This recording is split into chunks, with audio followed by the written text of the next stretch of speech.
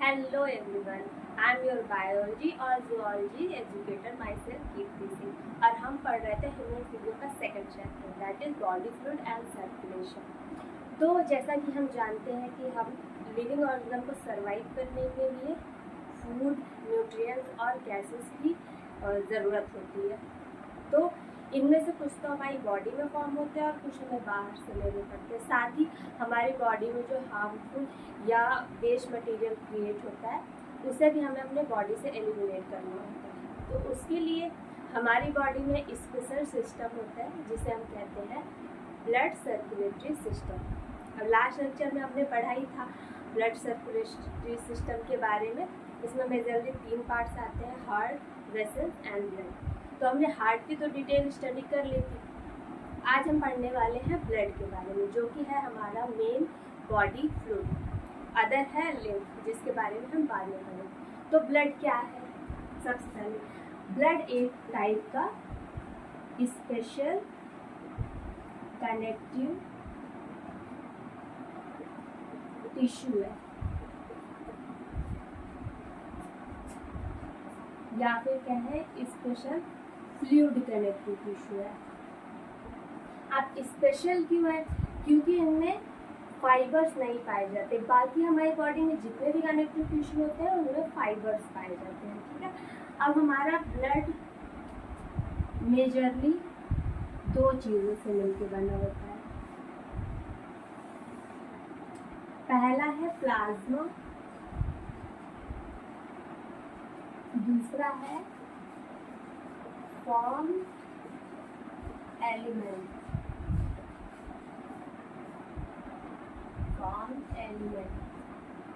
Plasma हमारे blood का main fluid matrix part है। ये एक straw colour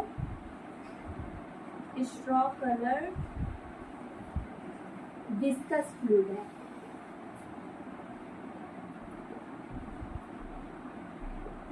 means straw colour क्या होता है? मीन्स लाइट येलो कलर, और एक चिपचिपा पदार्थ होता है। और इसका मेन पार्ट होता है वाटर, जो कि इसका बेस बनाता है, जो है 90 से 92% वाटर होता है। बाकी 6 to 8% इसमें प्रोटीन्स पाई जाती हैं, जिसमें से हम मेजर 3 प्रोटीन्स के बारे में पढ़ेंगे। पहला है फाइब्रिनोजेन, दूसरा है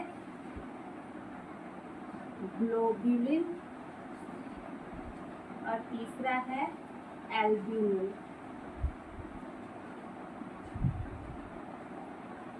अब फाइब्रिनोजेन प्रोटीन हमारी ब्लड क्लॉटिंग में हेल्प करती है।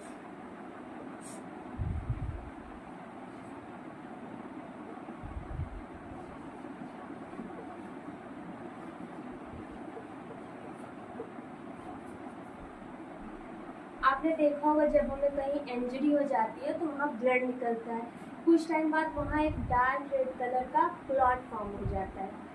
वो क्लॉट इसी फाइब्रिनोजेन का एक्टिव फॉर्म है, जो कि है फाइब्रिन। वो वहाँ ऐसे जाल जैसा स्ट्रक्चर बना लेता है, जिससे फर्दर ब्लड फ्लो नहीं होता है। दूसरा है ग्लोब्यूलिन, जो कि हमारे डिफेंस मैकेनिज्म के लिए रिस्पॉन्सिबल होता है। मतलब हमारी अगर बाहर से कोई फॉरेन पार्टिकल हमारी बॉडी में एंटर करता है तो उसको डिस्ट्रॉय करने में हेल्प करता है। तीसरा है एल्ब्यूमिन, जो कि ऑस्मोटिक बैलेंस बनाता है। ऑस्मोटिक बैलेंस क्या है? हमारे बॉडी में जितने भी इलेक्ट्रोलाइट्स या आयन है उनका बैलेंस बना के रखता है, कुछ भी ज़्यादा कम नहीं है। ठीक है, दोनों के बारे में। अब प्लाज्मा में कुछ परसेंट में इलेक्ट्रोलाइट्स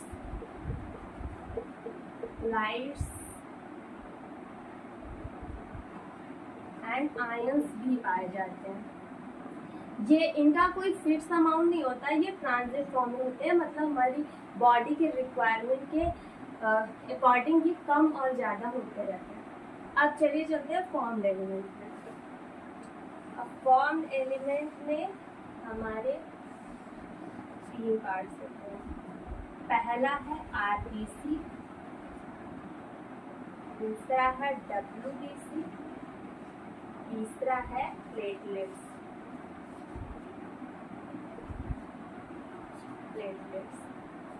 अब इन तीनों के बारे में हमें डिटेल स्टडी करनी है। उससे पहले बता दूं कि ये ज़रूरी नहीं है ये कंप्लीट सेल हो, इनमें से कुछ सेल के फ्रेगमेंट्स भी होते हैं। तो हम सबसे पहले डिटेल स्टडी करेंगे आरबीसी के बारे में।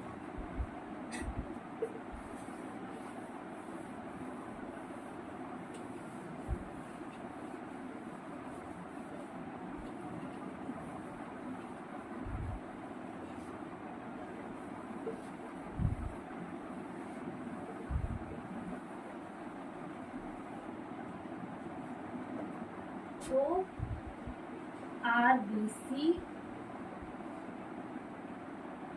जिसे हम इरिथ्रोसाइट्स भी कहते हैं, इरिथ्रोसाइट्स। बात करें इनके अमाउंट की, तो ये हमारे ब्लड में 5 to 5.5 मिलियंस पर mm³ होते हैं। ध्यान रखिएगा mm³ होता है, ये यूनिट आपका अच्छी ध्यान रखिएगा। इनकी शेप की बात करें तो ये बाइकॉनकेव शेप होती है।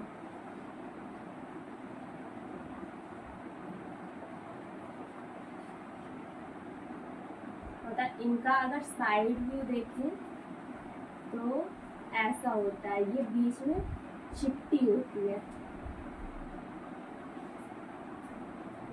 और साथ ही ये ई न्यूक्लिएटेड होती है।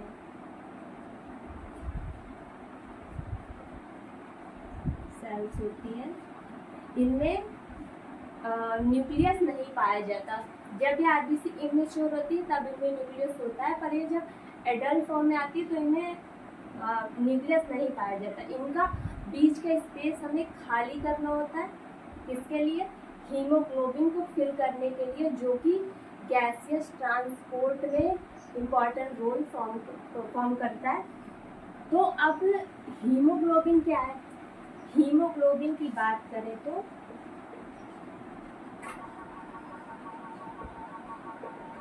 एक रेड कलर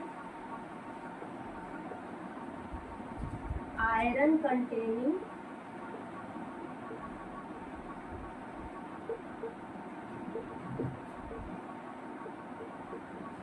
पिगमेंट होता है,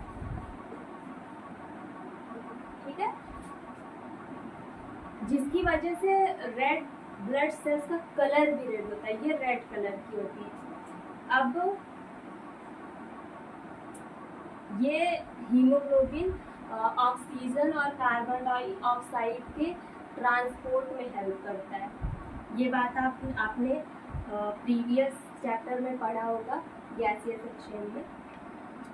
अब इनके लाइफ स्पैन की बात करें तो इनका life span less than 120 days होता है।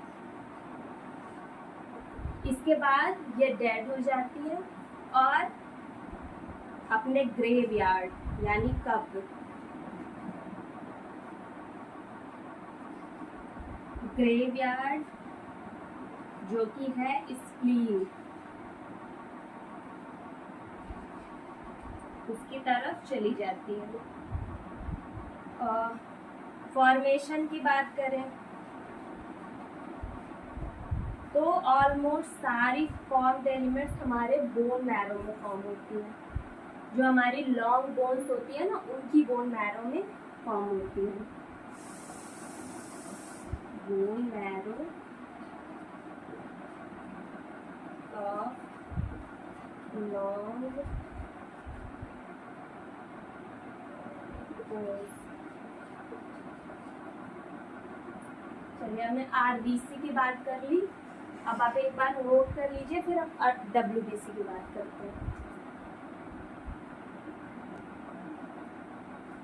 चलिए आपने नोट डाउन तो कर लिया होगा।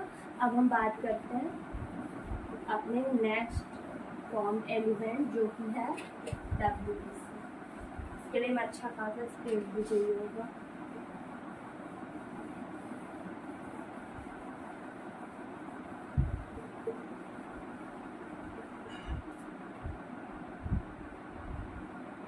बात करते हैं डब्ल्यूबीसी, जिसे हम कहते हैं ल्यूकोसाइट्स। इनके अमाउंट की बात करें तो ये हमारे ब्लड में 6000 से 8000 पर mm³ पाई जाती है। ठीक, शेप की बात करें तो ये अमीबॉइड शेप की होती है।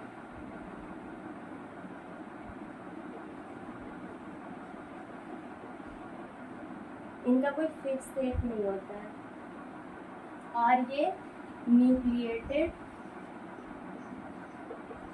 एंड कलरलेस सेल होती है। कलरलेस सेल होती है। लाइफ स्पैन की बात करें तो ये लेस देन 10 डेज इनका लाइफ स्पैन होता है। और ग्रेवयार्ड ऑलमोस्ट सारे फॉर्म एलिमेंट का स्प्लीन होता है। अब हम डब्ल्यूबीसी को मेनली 2 पार्ट्स में डिवाइड कर लेते हैं। एक हो गई ग्रैनुलोसाइट,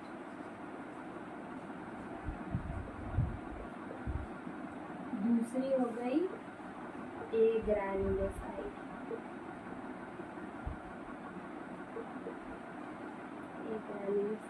अब ग्रैनुलोसाइट में 3 टाइप की सेल्स आती है। पहली है बेसोफिल्स, दूसरी हो गई इओसिनोफिल्स, तीसरी है न्यूट्रोफिल्स।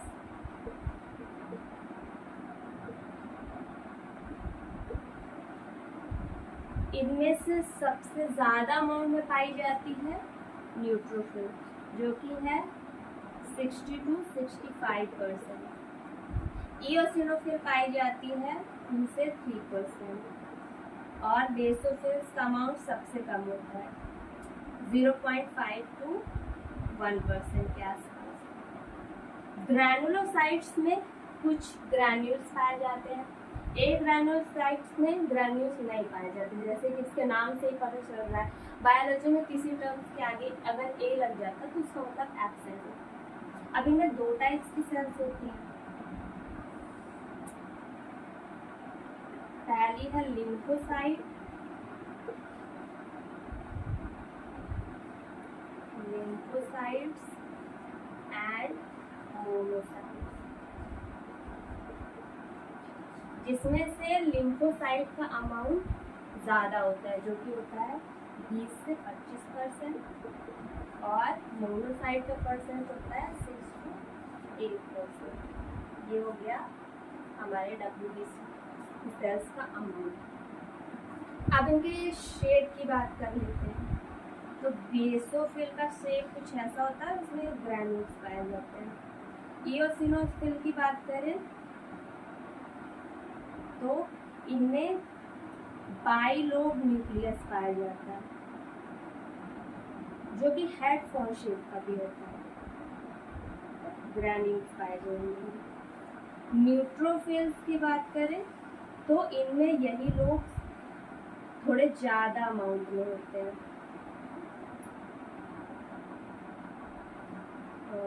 ये इनमें 3 से 7 लोब्स पाए जाते हैं।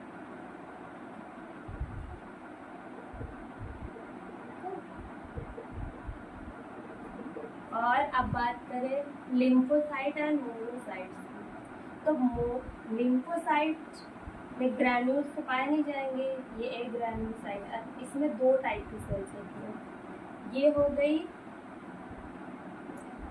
बी लिम्फोसाइट्स और ये हो गई टी लिम्फोसाइट। अब बी लिम्फोसाइट का जो न्यूक्लियस होता है वो थोड़ा साइड होता है, और जबकि टी का जो न्यूक्लियस होता है वो पूरे सेल में से फैला होता है। इनका साइटोप्लाज्म पेरीफेरल होता है, वो पेरीफेरी में चला जाता है। मोनोसाइट की बात करें तो इनका जो न्यूक्लियस होता है वो हॉर्स शू शेप का होता है, तो हॉर्स शू शेप न्यूक्लियस इसको कहा जाता है। ठीक है, अब ये आप एक बार नोट डाउन कर लीजिए।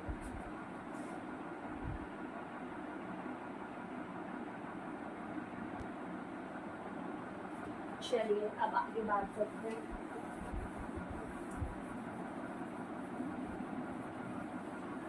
अब हम इनका फंक्शन देखेंगे, बात कर ली इनके स्ट्रक्चर से और इनके अमाउंट की।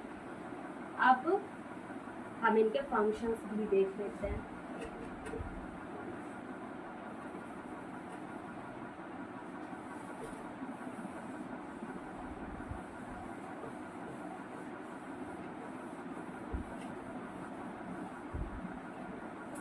अब बात करें बेसोफिल की,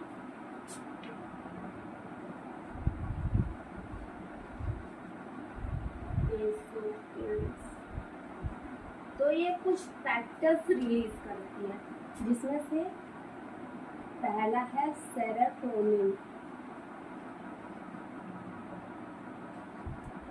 serotonin, heparin and histamine.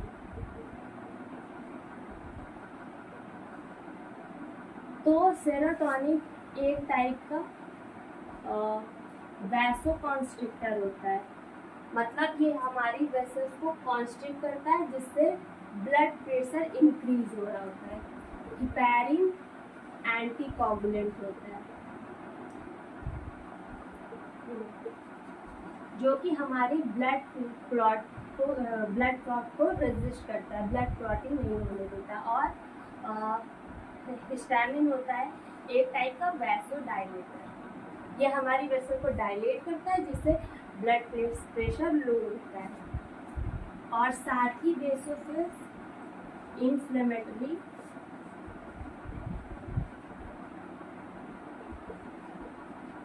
Reaction में भी पार्टिसिपेट कर रहे हैं। लाइक फॉर एग्जांपल, अगर हमें कहीं कोई कीड़ा ले लीजिए, चींटी ने काट लिया होता है, तो वहाँ पे स्वेलिंग हो जाती है, साथ ही कुछ रेडनेस भी आ जाती है। तो बेसोफिल्स कुछ फैक्टर्स रिलीज करता है, उसी की वजह से होता है। अब बात करते हैं इओसिनोफिल की। इओसिनोफिल्स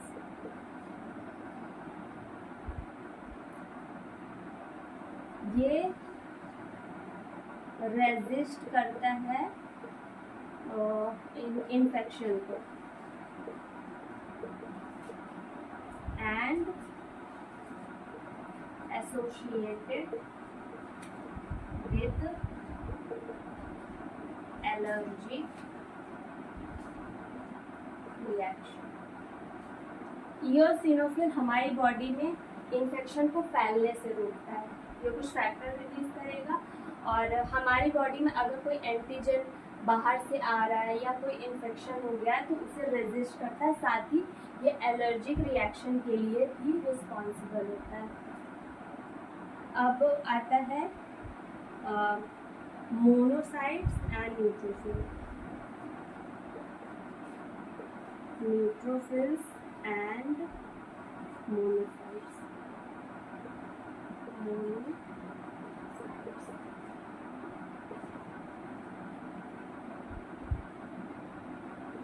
ये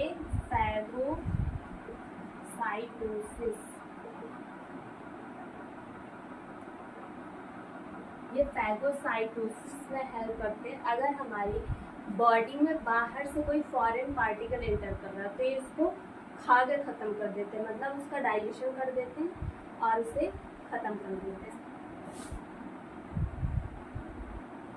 अब बचा क्या? लिम्फोसाइट।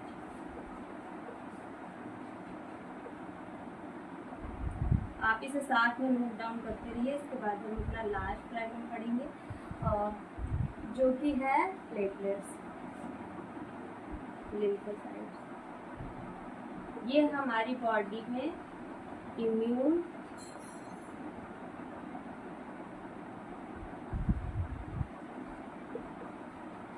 सिस्टम के लिए इम्यून रिस्पॉन्स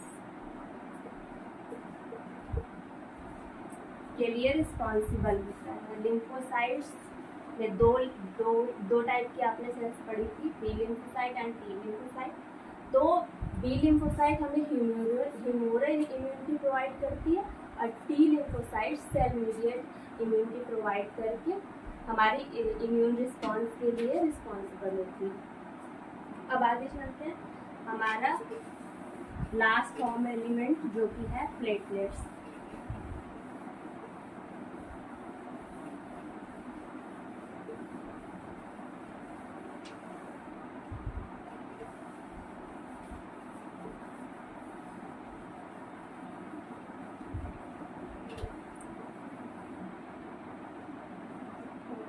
बात करते हैं प्लेटलेट्स की।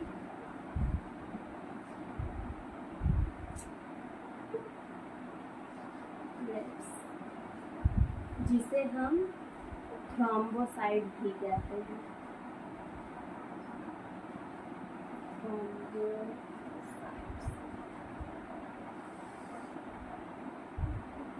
तो अब इनके अमाउंट की बात करें तो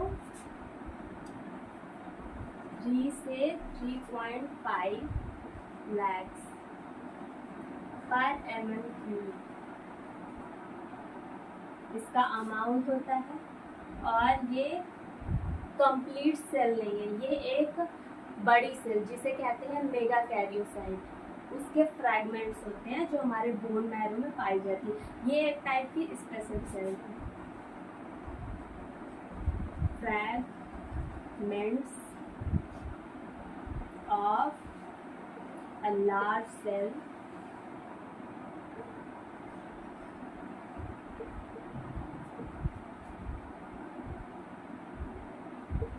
mega karyocyte, a special cell found in bone marrow। तो ये मेगा कैरियोसाइट्स के टुकड़े होते हैं। इनका काम क्या है? तो ये ब्लड क्लॉटिंग में हेल्प करते हैं फाइब्रिनोजन के साथ में। तो जब हमें कहीं इंजरी हो जाती है तो फाइब्रिनोजन फाइब्रिन में कन्वर्ट होकर वहाँ क्लॉट फॉर्म करता है। तो साथ ही में प्लेटलेट्स भी कुछ फैक्टर रिलीज करती है जो इस क्लॉटिंग में हेल्प करती है। अगर इनका अमाउंट कम होता है तो हमारे ब्लड क्लॉटिंग में प्रॉब्लम्स आएंगी। तो रिस्पॉन्सिबल फॉर ब्लड क्लॉटिंग।